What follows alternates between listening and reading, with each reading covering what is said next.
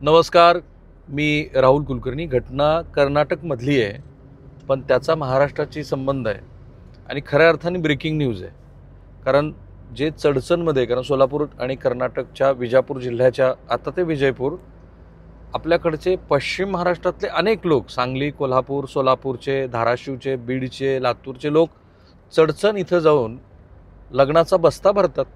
कारण तिथं एका जुन्या वाड्यामध्ये एक मोठी अशी फॅक्टरीसारखंच एक कपड्याचं दुकान आहे. तर ते दुकान आता मोठ्या नवीन एका ठिकाणी स्थलांतरित झाले, पण गेली 2-3 दशकं हे चडचण गाव महाराष्ट्रामध्ये फार प्रसिद्ध आहे. तर त्या चडचण गावातनं, कर्नाटकमधनं ही ब्रेकिंग न्यूज आहे. SBIच्या बँकेवरती तिथे दरोडा पडला आहे. 21 कोटी रुपयाचा ऐवज लुटून दरोडेखोर हे महाराष्ट्राच्या दिशेनं पळून निघालेले आहेत. त्यात त्यांनी 20 किलो सोनंसुद्धा घेऊन पळ काढला आहे. कर्नाटक राज्यातल्या विजयपुरा जिल्ह्यातल्या स्टेट बँक ऑफ इंडियाच्या चडचण शाखेमध्ये संध्याकाळी 5च्या सुमाराला सशस्त्र दरोडेखोरांनी दरोडा टाकला आहे. एकूण सुमारे 21 कोटी रुपयाची त्यांनी चोरी केली आहे. यामध्ये 1.4 कोटी रुपये रोख आणि 20 किलोचं सोनं. कारण सोनं 20 किलोचं जरी सोनं असलं तर ते कॅरी करायला काय, एका बॅगमध्ये ते कॅरी होऊ शकतं, इतकं मोठं सोनं आहे ते.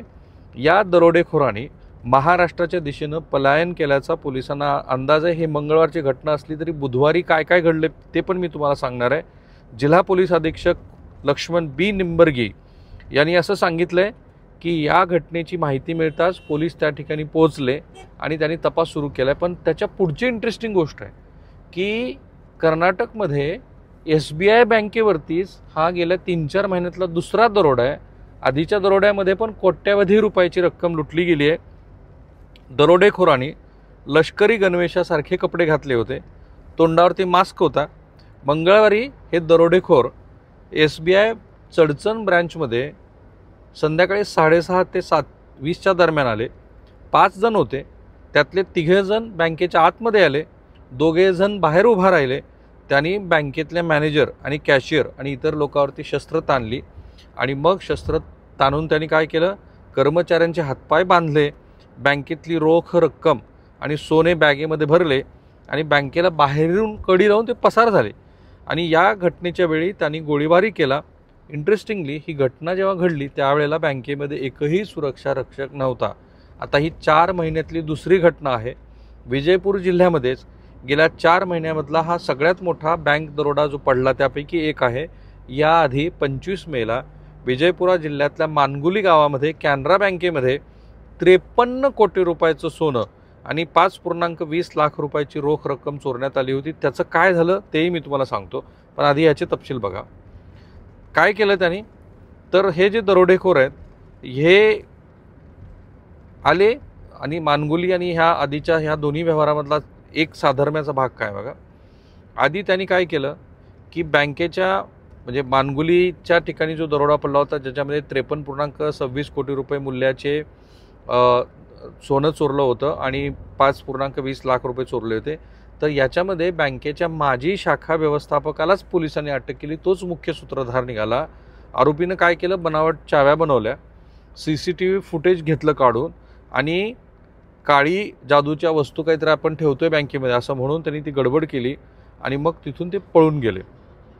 आता ह्या दोन्ही ज्या घटना आहेत या घटनेमध्ये महाराष्ट्राचा संदर्भ असा आहे की विजयपूर जिल्ह्यापासून महाराष्ट्राची सीमा सगळीच म्हणजे सोलापूर, कोल्हापूर, सांगली ही जवळ आहे आणि त्यामुळं ते तिथे येऊन तिकडे गुन्हा करतात आणि इकडे येऊन ते लपतात. आणि महाराष्ट्रातले अनेक संशयास्पद मृतदेह किंवा कर्नाटकमधले अनेक संशयास्पद मृतदेह हे या दोन्ही राज्यांच्या सीमेवरती आढळून येतात. तिकडं गुन्हा करायचा, इकडं पळून यायचं, किंवा इकडं गुन्हा करायचा, तिकडे पळून जायचं आणि मग ते मृतदेह त्याचा तपास होत नाही, गुन्हेगाराचं इसिप्त तोपर्यंत साध्य झालं असतं. आता या दोन्ही घटनेतलं साम्य पण मी तुम्हाला सांगतो की विजयपुरा जिल्ह्यामध्ये आणि आधीच्या मानगुलीमध्ये जी घटना घडली, लष्करी किंवा पोलिसांच्या सारखा लष्करी गणवेश हे दोन्ही ठिकाणी वापरले गेलेत. दोन्ही लुटीच्या घटनेमध्ये लष्करी गणवेश होता, मास्क होता, त्याच्यानंतर त्यांनी CCTV बनावट किल्ली आणि शस्त्र वापरले. सेम पुन्हा पद्धती केली, शाखेतल्या कर्मचाऱ्याला बांधलं, धमकावलं कर्मचाऱ्यांना बांधून ठेवून धमकावून देऊन सेम पद्धतीने केलं की सोनं पळवून घेऊन गेले. ते मुख्य लुटेचा भाग जो होता तो त्यांचा सोन्यावरती कॉन्सन्ट्रेट होता. SBIच्या आत्ताच्या लुटीमध्ये 20 किलो सोनं आहे, आधीच्या लुटीमध्ये 53 जवळपास 58.97 किलो सोनं आहे. आणि पलायनाची पद्धती पण बघा, दोन्ही वेळेला दरोडेखोरांनी वाहनं वापरली. सीमा भागातल्या महाराष्ट्राच्या दिशेनं ते पळत आले.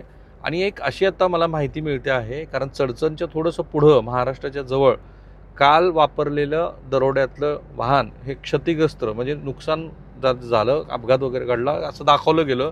तिथं पोलिसांना आढळून आलंय.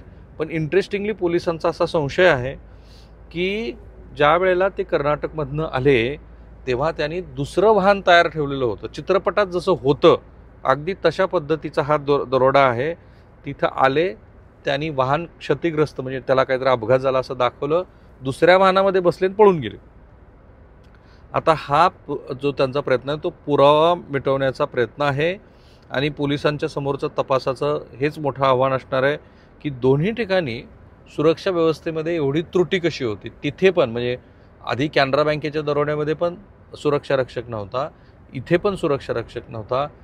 आधीच्या कॅनरा बँकेच्या दरोड्याच्या घटनेमध्ये 15 जणांना अटक केली आहे, पण त्यात त्या सुरक्षा रक्षकाचा समावेश नाही आहे. इथे पण आता अटक होईल, पण प्रश्न मुख्य हाच उपस्थित होईल की सुरक्षा यंत्रणा पुरेशी का नव्हती, सुरक्षा रक्षक का नव्हता, आणि फिजिकल आणि इलेक्ट्रॉनिक सुरक्षा व्यवस्था जशा असायला हव्यात तशा काय नाही आहेत. आणि कॅनरा बँकेच्या संदर्भामध्ये सोन्याचा मोठा भाग वसूल झालेला आहे आणि पोलिसांनी त्यावेळेला वेगवान अशा पद्धतीनं ही कृती केली आणि त्यानंतर हे घडलं.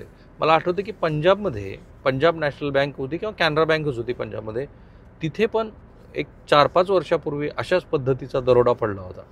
117 कोटी रुपयाचं सोनं, मोर दॅन दॅट, हे त्यावेळेला चोरी गेलं होतं. सेफ लॉकर्स जे असतात ना सोन्यात, काय करतात सामान्य लोक साधारणपणे आपल्या घरामध्ये सोनं ठेवण्याच्या ऐवजी बँकिंग लॉकरचा वापर करतात आणि त्याच्या ज्या वॉल्ट्स बनलेल्या असतात त्या वॉल्ट्सची चावी बँकेतल्या कुठल्या तरी कर्मचाऱ्याकडे असते. आणि मग तो कर्मचारी जर वेगवेगळ्या कारणामुळं किंवा लोभामुळं अशा एखाद्या टोळीच्या संपर्कात आला की तो त्यांना बळी पडतो, जे पंजाबच्या कॅनरा बँकेमध्ये झालं होतं असं म्हणतात. आणि त्याच कर्मचाऱ्यांनी दिलेल्या टिपशिवाय हे होत नाही. त्याला बरोबर माहिती आहे 6:30 ते 7:20 याच काळामध्ये दरोडा टाकायचा आहे, त्याच वेळेमध्ये सुरक्षा रक्षक तिथं असणार नाही आहे. ह्या सगळ्या गोष्टीचा विचार करून टाकलेला हा दरोडा आहे, तो महाराष्ट्राशी संबंधित आहे, कारण हे लोक महाराष्ट्रामध्ये पळून आलेत असा संशय आहे. आणि म्हणून त्या अर्थाने ही ब्रेकिंग न्यूज आहे. जर तुम्हाला ह्या संदर्भामध्ये कुठे काही थोडासा जरी संशय आला, कारण हे शेवटी दरोडेखोर जे काही सोनं चोरतील ते कुठे ना कुठेतरी विकण्याचा प्रयत्न करतील आणि ते सोनं हे कदाचित बिस्किट स्वरूपात असेल, कदाचित ओर्नामेंट जे वेगळ्या पद्धतीचे असतात तशा स्वरूपाचं असेल. थांबूया आपण इथे. माझा प्रयत्न आहे की गाव पातळीपासून आपल्या शेजारच्या राज्यापासून ते आंतरराष्ट्रीय पातळीवरती जे काही घडतंय ते तुमच्यासमोर मांडायचं, मांडताना मधलं विश्लेषण तुम्हाला नीट सांगायचं आणि तुमची आणि माझी जबाबदारी पण निश्चित करायची. थांबूया.